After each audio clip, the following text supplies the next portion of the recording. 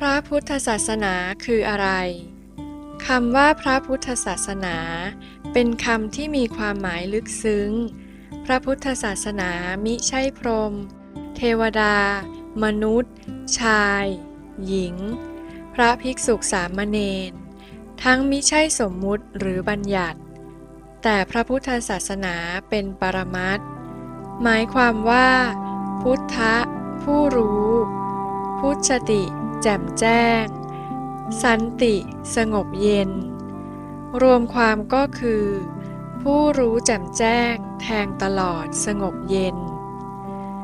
การทำบุญทำทานการรักษาศีลหรือการปฏิบัติสมถภาวนา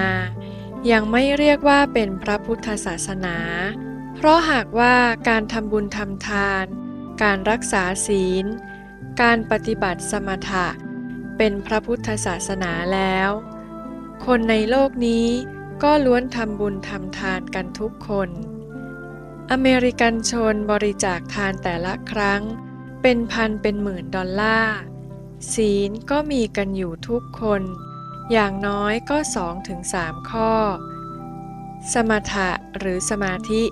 ก็มีการปฏิบัติกันอยู่ทั่วไป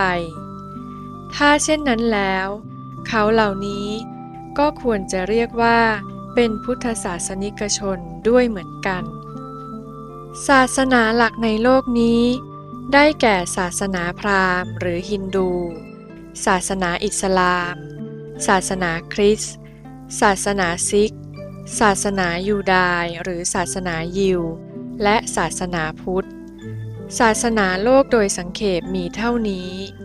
แต่แยกออกเป็นนิกายย่อยอีกมากมายบรรดาศาสนาเหล่านี้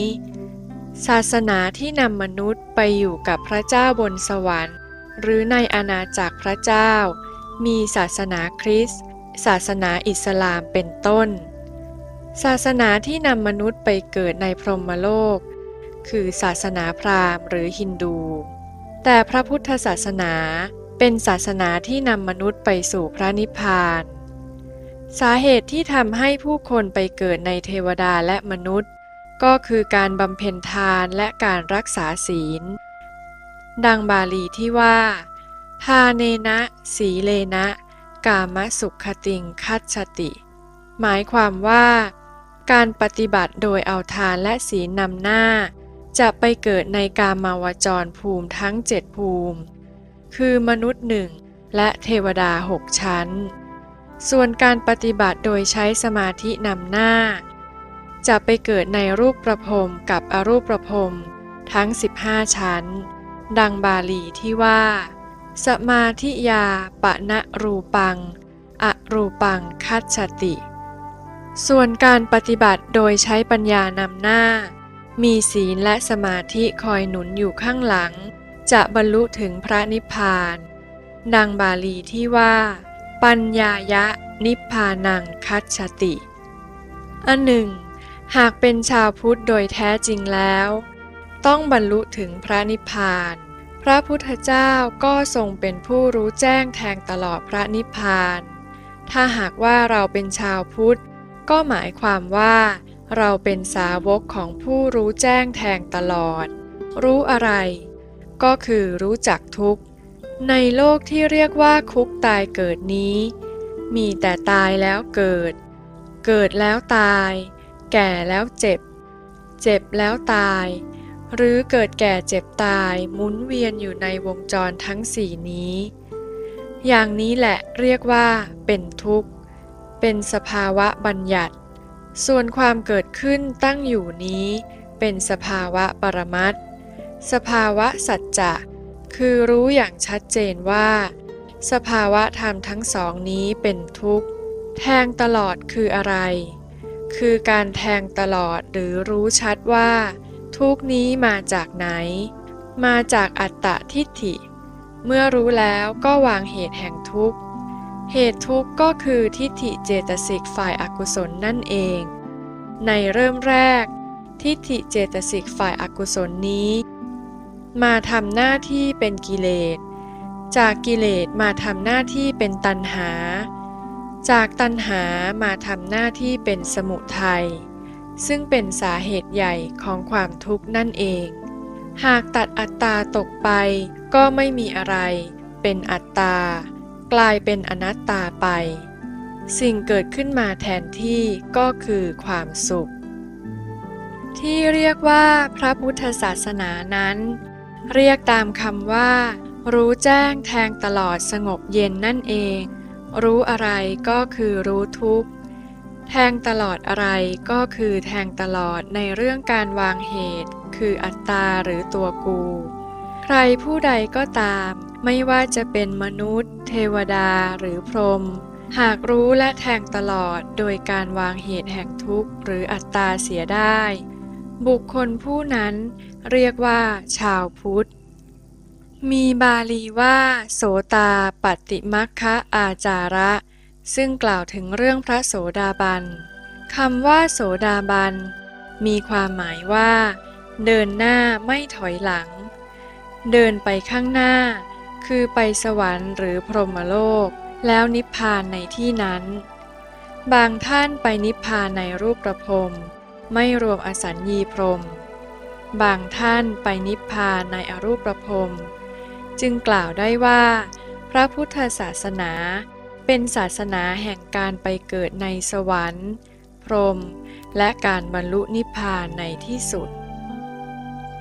การที่จะบรรลุถึงพระนิพพานนั้นเป็นเรื่องที่ไม่ยากแต่ความยากอยู่ที่การที่จะได้เป็นชาวพุทธต่างหากขอให้ทำความเข้าใจในเรื่องเหล่านี้ให้ดีคือ 1. เรื่องพระพุทธศาสนา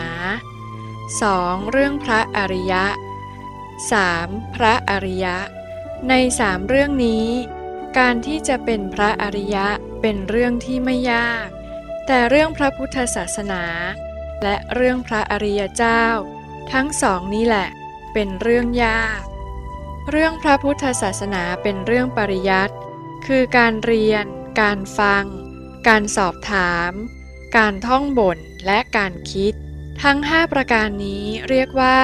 อนุโมทญาณคือการรู้ตามทฤษฎีแห่งรูปนามหรือรู้ตามมรรควิธีแห่งอริยสัจสี่ในประเด็นที่เป็นปรมัตถสภาวะการเรียนรู้อย่างนี้เรียกว่าชาวพุทธชั้นรองแต่พระพุทธศาสนาที่แท้จริงนั้นเป็นเรื่องการปฏิบัติเพราะพระพุทธศาสนามีความหมายว่ารู้แจ้งแทงตลอดสงบเย็นนั่นเองคำว่าสงบเย็นก็คือไม่มีความตายอีกเมื่อไม่มีตายก็ไม่มีเกิดเมื่อไม่มีเกิดก็ไม่มีแก่จึงหลุดพ้นไปจากเหตุแห่งการเกิดแก่เจ็บตายที่ว่ารู้แจ้งแทงตลอดสงบเย็นนั้นหมายถึงการรู้แจ้งแทงตลอดว่า 1. การตายเกิดเรียกว่าทุกข์ 2. เหตุแห่งการตายเกิดเรียกว่าสมุทัย 3. การเห็นทุกข์หรือการตายเกิดนั้นอริยมรรคองค์ที่หนึ่งเป็นผู้เห็นเรียกว่าสัมมาทิฏฐิเห็นถูกต้อง 4. การวางเหตุแห่งทุกข์หรือเหตุแห่งการตายเกิดได้นั้นอริยมรรคองค์ที่สองเป็นผู้พิจารณาวางเรียกว่าสัมมาสังกัปปะหรือพิจารณาถูกต้อง 5. การที่เหตุแห่งทุกข์หรือการตายเกิดได้ดับสิ้นไปนั้นเรียกว่ากิเลสนิโรธหรือดับกิเลส 6. การที่ขันธทุกข์ได้ดับสิ้นไปนั้นเรียกว่าขันธนิโรธหรือดับขันธ์การที่จะเป็นชาวพุทธคือก้าวสู่ความเป็นพระอริยเจ้าในขั้นพระโสดาบันเป็นต้นได้นั้นต้องอาศัยคุณสมบัติ8ประการคือ 1. ได้เกิดมาเป็นมนุษย์ผู้ไม่มีอันตราย5ประเภทได้แก่กรรมมันตราย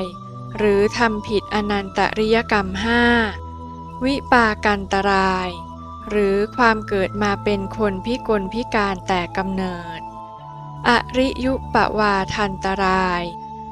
หรือการว่าร้ายพระอริยเจ้าอนาติกมันตรายหรือการต้องอาบัติสังฆาทิเศษหรือปาราชิกของพระภิกษุ อธิษฐานันตราย หรือการอธิษฐานเพื่อไปเกิดในยุคพระศรีอริยเมตไตรเป็นต้น 2. ได้พบพระพุทธศาสนา 3. ได้อยู่ใกล้พระอริยเจ้า 4. ได้ศึกษาข้อวัดปฏิบัติหรือธรรมะจากพระอริยเจ้า 5. ได้มนสิการถึงข้อวัดปฏิบัติหรือธรรมะนั้น 6. ได้มีความศรัทธาเชื่อถือ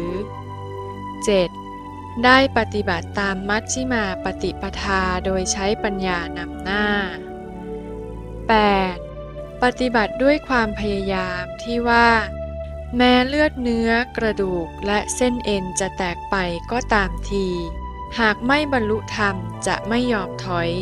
ไม่หวนคืนสู่บ้าน ดังเช่นพระบรมศาสดาได้อธิษฐานว่า